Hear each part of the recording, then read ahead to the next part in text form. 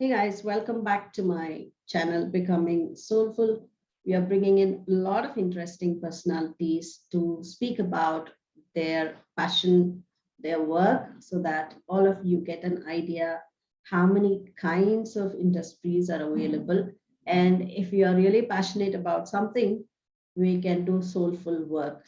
And so many people are taking risk in understanding the passion, doing their research in that respective field, talking to people, helping people, healing people, and making the life better in this world.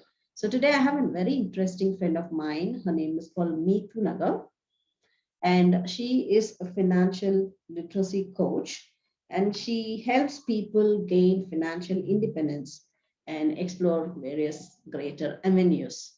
Mitu, can I request you to come on camera? Hey, hi, Vimala. Hi, thanks so much for accepting my invitation, Mitu. Thank you so much for having me here. You look gorgeous, white. We both are having the same Yeah, color. Yeah. So, thank you. how was your day, Mitu? Pretty good. Yeah. I One was thing is, excited to meet you. me too. One thing I get fascinated with financial literacy and women. There was a recent research done. I saw this video in LinkedIn where they make both men and women stand on the same line, and Hmm. they will ask random questions, and every question, if they have a yes to an answer, they have to come front. So they keep on asking questions. Do you know to make a coffee? So some men come in the front, some women come in the front. uh, do you um, uh, uh, do you know to cook? Do you know to clean the home? Do you work? Do you maintain your own salary? And then, do you do this? Do you do that? Everything regarding finance, all the questions related to finance later. Do you talk to real estate owners? Do you know about asset? Do you know about business accounting? And when tough questions towards finance went up and up, women went back, men came forward, and among men also there were very few men who kept coming forward when we're speaking about real estate or no whatever the heavy stuff with the latest bitcoin, all these stuff related to money. Very few men also came forward, but the prominent thing about this is none of the women were interested in handling the finance, or they accepted that they didn't have that financial literacy, and they didn't even know about that. They didn't have that financial literacy, or they'd need it. So I'm so So, glad. Recently only I watched that video, and I was questioning myself also. Anyway, I didn't like max, so I wasn't no, I earn and I save, that is all. So I'm so glad to have you on this platform. Please talk about what is financial literacy. Say something about you, how you got into this. yeah, so like you have watched this, you wouldn't believe this was the turning point for me as well. I grew up in a business family where my parents were, I would say, the best gift I could have had, because one thing that they always taught me is the ability to learn. So if the present situation is not looking good, what can you do to improve it? It's so, but then you need to realize that things are not okay. Only then you can improve, right? So with money, I've always had, 36, 36 ka ankda. Money will come and I will splurge. Money will come and I will spend. I have learned to earn. But after that, the only thing that I used to do was to spend. Anything to do with money, saving, investing was, okay, I am not good at it. Mm. And I used to live with this happiness that, okay, the men in the family are doing. Right. So kept on. And then, in fact, the thought also did not go like how you are saying. You know, how all the women in that video agreed that even thought did not go that they zero to, little to zero in, knowledge about what is taxation, or what is, talking to real estate people, or, what do you do with your money? Do you take your insurance? What do you do after that money except spending? You have no knowledge. So that was one thing that opened my eyes. And I happened to also see a video, which talked about how a boy in his childhood was gifted some stocks. Okay, when he was like 10, 11 years old, his uncle gave him some 10,000 worth stocks as gift, which was in a paper those many years back. And he was actually cursing that uncle. What nonsense, what have you given me? He didn't even understand.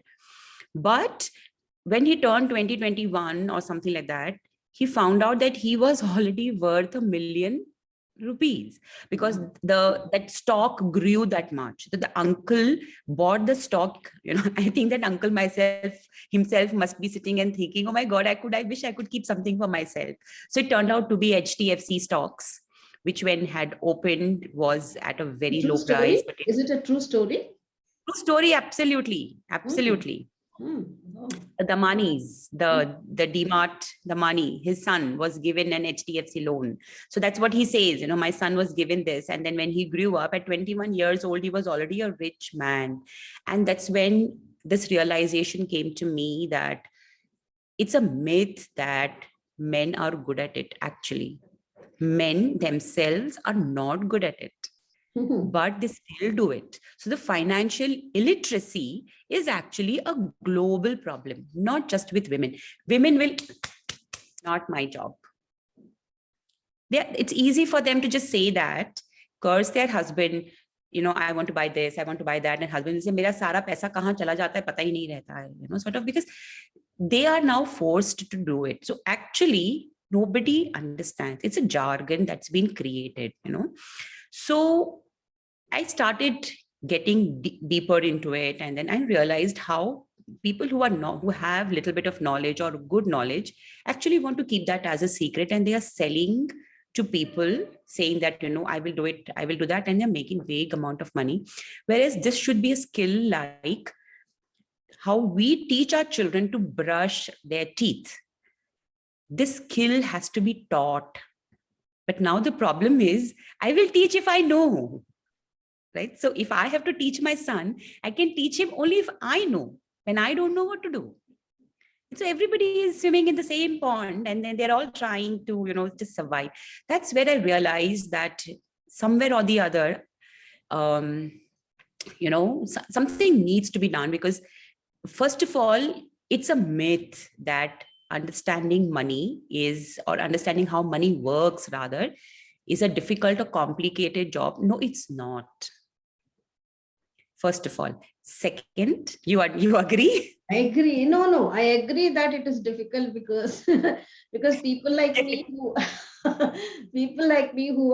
who have an aversion towards math from school, even when I get a road delivery pay on cash, 100 times I keep counting, and then I have to take my mobile, and then I have to do all the math. Then only I let him go.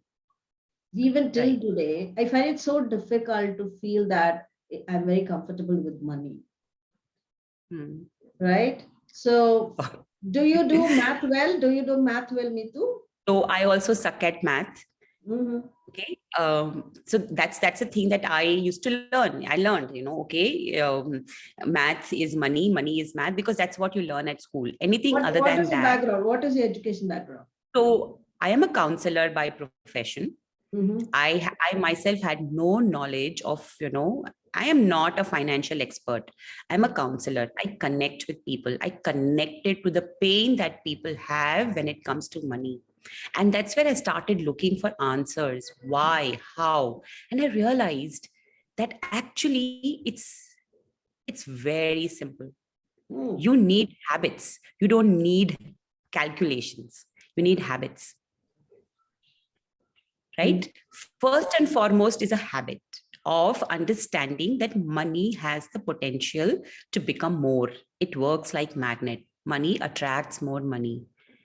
And if, little bit here and there, then money also can slip, because money is very, we say that chanchal, money is very chanchal. So if you tame it well, it listens to you. It's a good servant. But if you allow it to become your boss, then it's a very bad boss. So it makes you to spend, it makes you to feel guilty, and all of that.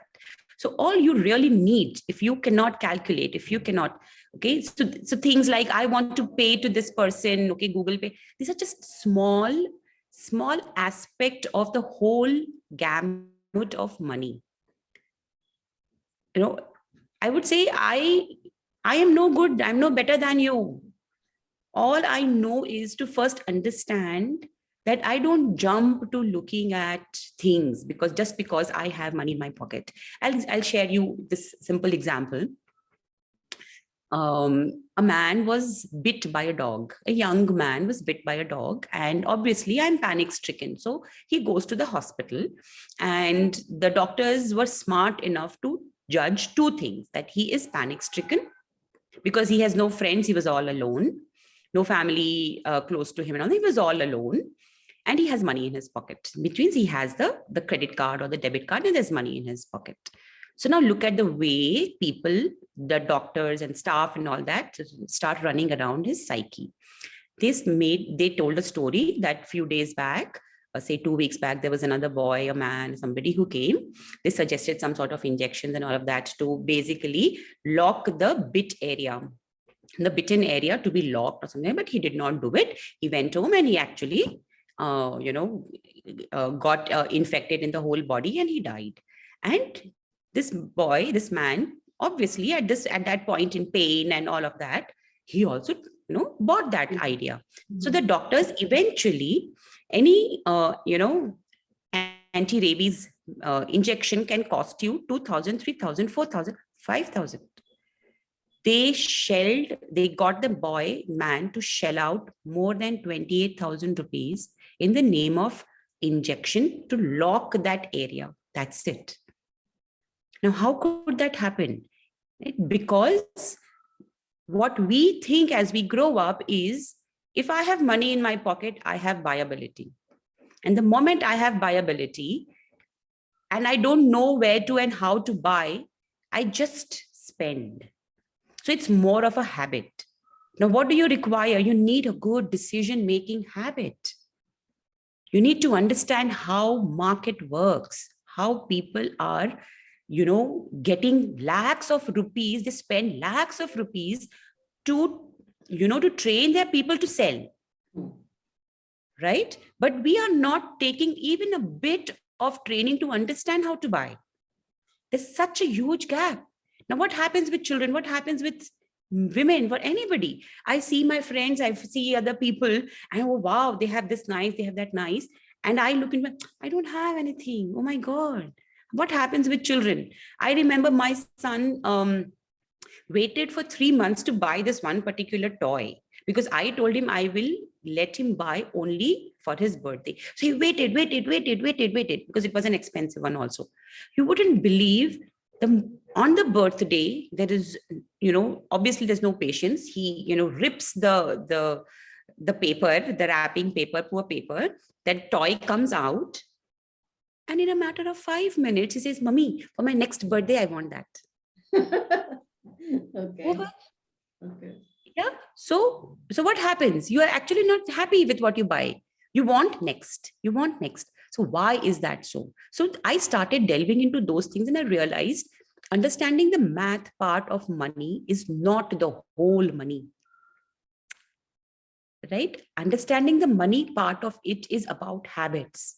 It's about how I, lead my life. What are the thoughts that I put myself into? Am I living with the habit of abundance? Am I living with the habit of scarcity? So if I'm already living with the feeling of scarcity, then I will want more. If I'm living with the habit of abundance, yes, I have a lot of pillows already in my house, cushions. Why do I want to buy more cushions just because my neighbor has got so many?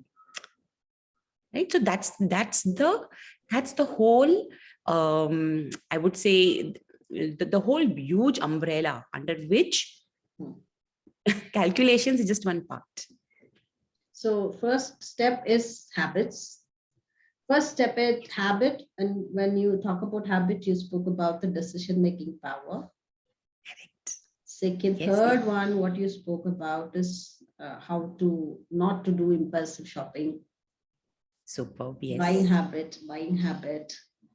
So, Yes. so when you say financial literacy, um, where can one can start? Because it is not taught in school, it is not taught in colleges, and some of the parents are very good at it. Not both of them. For example, my husband is very good at it. Uh, but we don't intend to teach the children, sit at home and talk about this as a, we teach cooking for children, we teach values for children, but we don't teach financial literacy for them. So how can you Right. inspire people to put some time and effort into this to learn as a habit? When should one start? Amazing question. Right. So now you have already mentioned that there is a dearth of resources to learn. Agreed. Right.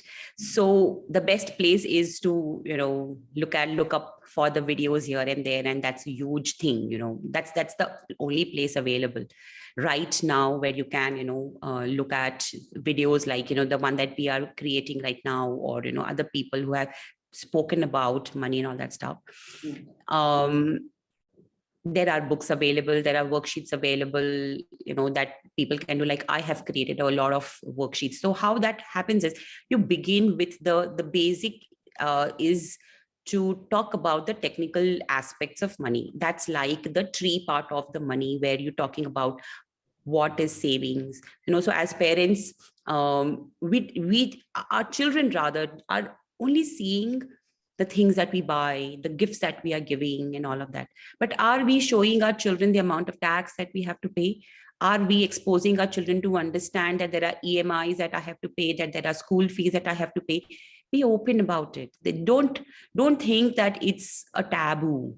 So first of all, in the mind of the parents itself, you have to come out of that taboo that I have to talk to children about money and things like that. Or, talking about money makes you feel that, you are money minded. What's wrong in being money minded? I don't see anything wrong in being money minded at all. Because if you are not money minded, how are you going to survive? Aren't you food minded? You think about, if I have to travel in the train, or if I have to travel in the flight, oh, where am I going to eat? How am I? Don't you think about your food? Because that is about survival. Money today is related to survival. Less money, less resources. Enough money, you can buy. You have the power to buy what you want to buy. That Now, has Mitu, become related to. I want to ask you one question here. Usually in families, what parents do is they they yell at children. They complain about the spending nature of the children, or how they ask and why they ask, but they don't sit and talk. I don't even want them to talk. I want them to, they don't sit and address this as a value, as a lesson.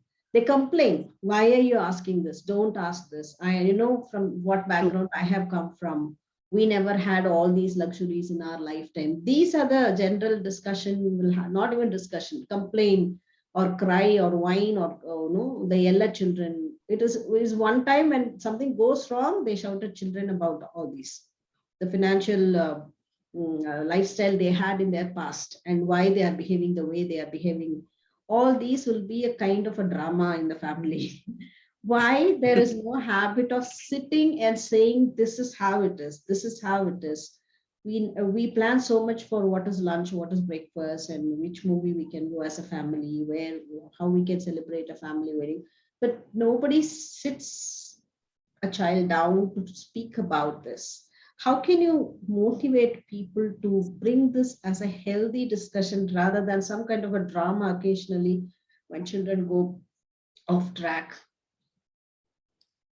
Right. So here it is, addressing the same thing, comes to the bottleneck that parents themselves are. I'm also a parent, and just few months back, I was also absolutely illiterate about it. I would also call my children, don't talk like that, don't. only when I myself took up a financial literacy program for myself, personal finance training, that's when I realized how important it is, that don't consider money as a taboo, don't consider money topics as a taboo. Why parents don't? So there are two things. One, we are ingrained since our childhood that talking about money is not a good manner, right? It's a taboo. So we have to break that, first of all. Second is, we need to realize that if I am not good at it, doesn't mean that my child is going to remain bad, or my child is going to think that, oh, my parents themselves don't know anything about it. What are they going to teach? They're not going to say anything. They are going to be thankful. There was a research conducted where teenagers were asked, what is it that, few things that you will want your parents to, expose you to? And children themselves said that they will want to learn more about finances, because very soon they are going to be out, and they feel, when they see their elder friends and all of that, they feel how much they struggle. So they themselves wish that somebody could teach them. So there is the need. Now it's like, I want to teach my child language, but I don't know. So what do? I get an expert to teach my child. It's the same thing. First of all, realize the importance. And then if you don't know anything, there are experts now, right? So at Money Tree, the one that I am running, there are short-term programs, there are long-term programs, there are habit building, habit changing programs where the children come out successfully. They feel so much more empowered when they feel that they are able to control their impulses, because the habits that you learn in the sessions, in the workshops, is something that spills over to so many other things. Being able to decide, being able to control your impulses, being able to bargain for things, being able to network, being able to barter. These are all money related, but they have their goodnesses which spills to all the skills in life. The major life skill. Definitely. It's a basic major life skill. Yes. And today I am not talking as somebody who has accomplished, as somebody who has become successful. In fact, I'm talking as somebody who is herself in a mess, who herself is in a struggle. And I talk as a mom, I talk as a peer to the other parents, that there is a need. Imagine you let your child go in a war and you don't give the weapons. Are you going to be happy about it? Think of it. And I don't know how to use any warfares, but that doesn't mean that I'm going to leave my child just like that after having known. If you're ignoring, then can't do anything about. But once you realize and then you still hold back, then nothing more than there is one fussy generation which keeps saying that let them learn on their own. How did we learn? There was nobody to tell us all these. But why there is so many kind of workshops, training bombarded on children, or bombarded on the internet, saying that study this, study that.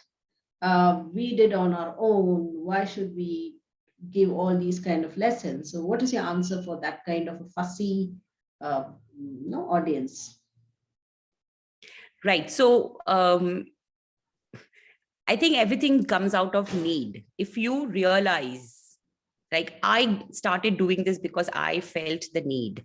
So if you feel the need, only then you can do. Otherwise, there are many, many things that we can fuss about. If we are sending our children to music class, to any other math learning classes, to any other academic classes, if we feel ourselves comfortable to do that, then I think this is the foremost thing that one should do. Consider doing that. You want to save a few rupees here, thinking that this may look like any other class, any other workshop, then be it, or you want to save lakhs of rupees for your child for the future. So that's the way you have to look at it. Yeah, right. It gives, when you know how to handle money, it gives confidence in all the other areas of life. Do you agree with me? Absolutely. And that is what all the children, all the participants of my program, one common thing that they leave their, their workshop or the way they feel is how empowered they feel, how ready they feel. They don't feel scared, because money has got to do a lot with your own personality. True. Right? So you understand your values first. In our courses, that's what we do. You first understand what's your value. I may want to buy a sofa for myself. That's my value. You may want to buy books for yourself. That's your value. So you first understand who you are, and based on that, you decide what kind of profession you have to choose. If you are somebody who really likes luxury, please choose a profession that is going to help you reach your goals. So then start working hard for it, because it's not easy. There was this child who, in one of the courses, he said that, he was saving for a long time, because the course requires children to, take up these worksheets which are there. So it was like, you are into the future and you are earning. So what are you going to do? So they were learning how to budget, and, the budgeting and saving and all of that. So he did not want to spend anywhere. He was very frugal. He did not want to spend anywhere. And we were like, wow, the money is getting collected. And then one day, then he stands up and says, I want to now buy a Lamborghini. Said, wow, you want to buy a Lamborghini? Yes. So he spent his money buying a Lamborghini. And then now he's not sure. He has to pay his EMIs because he's taken a house. He has taken up a study loan. How is he going to work for that? Right. So even if you understand the technical parts of it, your value is to buy a Lamborghini. That's what interests you. You have to choose your things accordingly. You cannot say that, okay, Lamborghini has come and done. Now, who is going to pay for its EMIs? Who is going to take care of its, maintenance that you have to do? How much petrol does it take? Right? You have to pay the road tax. There's so much that you have to look at. So these are the things that practically children are experiencing. And then it's an eye-opening for them that, I think that I can do it, but hey, wait, are you sure you can do it? Yeah. So this is how the practical lessons in the sessions work, and how empowered you feel. You start realizing, right now, if I talk about that a person can have various sources of income. So children would laugh and they will say, what are you saying? Just having one job and working through one job itself is so much of an effort. What are you talking? I should stop sleeping only, ma'am. I said, no. You are thinking that income is only when you are working. There are incomes where you don't have to work, but still income keeps coming.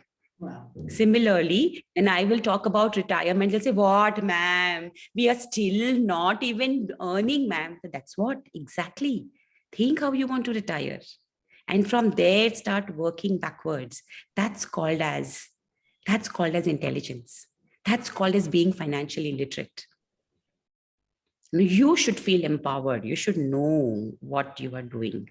And then that used to be like, wow, ma'am, we never thought about it.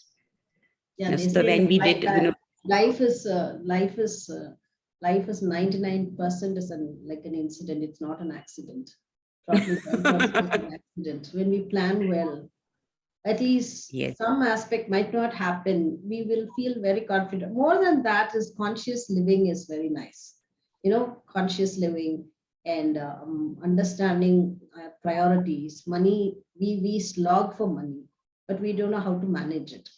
Not people are not earning; they're not managing it well. And the fashion in the culture when we were brought up is you have to earn, you have to save. But now the culture is you have to earn, save, invest, multiply. true. In those days, if we put in stocks, they know they give a there comes a fear that what we lose, even what we have. So there was not enough orientation how to invest, how to multiply money.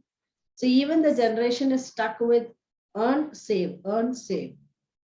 There's no Yes. concept of investment. There's no concept of multiplying it. There's no concept of passive income. All these are So the true. it was there even in the previous generation, but only few people were knowing it and applying it in their life because of the That's right. fear. No, that was the generation we were from. I want to ask you one question. A basic, simple tip for my audience. Um, so if somebody is from the generation of earning and saving, Hmm. how can they gently move to the next generation of investing and multiplying? Okay, so say imagine at any age, first of all, whether, say suppose a father and a child and they decide that they want to learn cycling, right? Who do you think is going to learn faster? That's my question to you. I would say the child. The child, right? So first of all, this thing that I will learn at my pace, but I am going to let the child learn. Right? So we understand that pace. So first of all, to understand, the earlier we teach the child about money, about being literate when it comes to finance, that's important. Second is, when you are learning anything, do you go with that, okay, first day I'm going to become an expert? No. No. Baby step. Right? Step by step. So first day, you go with that readiness. You have to take the courage to be ready that I'm going to fall. So you will have all your, protective gears, you will have all your things. So take it. And so in financial world, where do you get all the protective gears? You get trained. Children will get trained faster because they have better learning capacities. You will take time, but you still get trained. So you have your guards ready. Still you fall. So you start investing and you know that you can make mistakes. But after 3 months of riding regularly, is it going to be at the back of your mind also that, at the back of the mind, it is there that you might fall. But does that stop you from riding your bicycle? No. Right? There will be 99.9% chance that you are going to reach your destination safe. That's what happens even with investments. You do make mistakes, be ready, keep your guards. And as and when you keep practicing, you realize how unconsciously you become better at it. If you start only with this idea that, oh, it is bad, then you're never going to do. You have to take the first steps of keeping the courage and be prepared. Beautiful. So that's the way how you go. So, but you let your child move, because you will notice how your child has, taken leaps and bounds. He's not going to take 3 months to ride a bicycle, or maybe he will, but we need to have the patience. Beautiful. But most of the time, it's the child who learns faster and better than us. Yeah.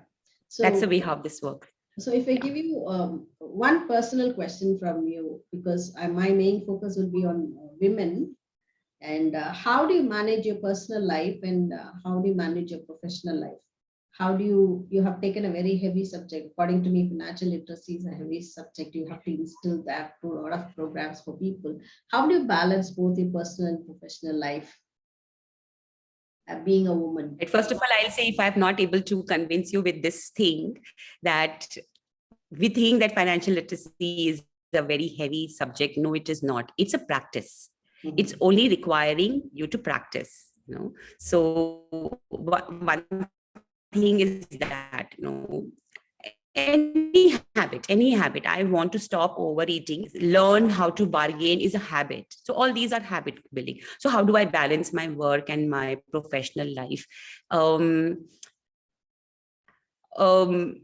I would say I start with the same thing. I've become quite future oriented, in the sense, earlier I would spend hours in the kitchen cleaning and all that. Then I started realizing this is not my place, not my skill. My skill is to connect with people, talk to them, that way. So what I started working, or doing rather, is okay, how do I do this better? How do I upscale myself? So I started having clear-cut differences, that this is my work time, concentrate entirely on my work time. So what it really requires is to not increase your speed, increase your skill, and become slower at your work. It goes the opposite way. And that's when I realized, when I've become slow, I've become more intense, I've become more skilled, and I require lesser time to do my job. So that's it. That's the way how I am able to, bring about a good balance, that any life is about all of us doing it together. Earlier, I was the one who is running the show entirely and all that. Now I have made everyone in my family run the show. You are also participant here. You need to take equal responsibility. So that's the way. I have two sons, by the way, and one is, a teenager. So when I step back, I see how they are themselves able to come ahead and then, take responsibility. So I think balancing is more about building your skills than about fighting for time. Beautiful, beautiful. I salute you for that. Slowing down is my latest trend also. So if I give you a last 190 seconds, what will you suggest my audience with regards to financial literacy?